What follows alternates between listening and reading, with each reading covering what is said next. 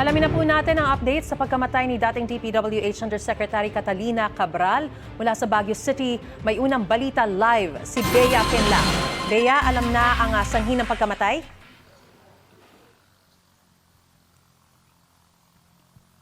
Marisa, ngayon hindi pa nagbibigay ng detalye yung pulis sa sanhi ng pagkamatay ni dating DPWH Undersecretary Catalina Cabral.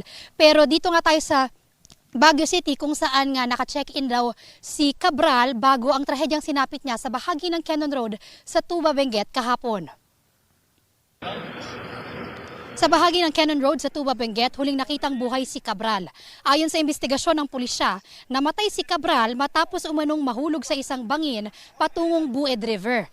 Mag-alas 3 kahapon nang magpaiwan umano sa Cannon Road si Cabral sa driver niya habang pabiyahe sana sila pala Union. Pinaalis muna ni Cabral ang driver niya, pero nang makabalik raw ito makalipas ang ilang oras, wala na si Cabral.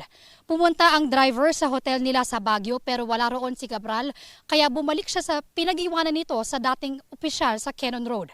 Bandang alas 7 na ng gabi nang humingi ng tulong sa pulisya ang driver. Natagpuan si Cabral na wala ng malay at unresponsive sa ilog. Pasado alas 12 ng hating gabi nang ideklara siyang patay.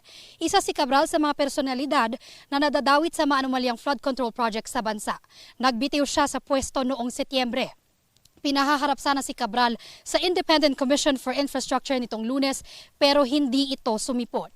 Marisa, ngayon hinihintay pa rin natin na humarap sa media ang hepe ng Tuba Municipal Police Station para magbigay nga ng karagdagang balita o update tungkol sa investigasyon na patuloy pang gumugulong. Yan muna ang latest mula rito sa Baguio City. Bea Pinlac para sa GMA Integrated News. Gusto mo bang mauna sa mga balita? Mag-subscribe na sa GMA Integrated News sa YouTube at tumutok sa unang balita.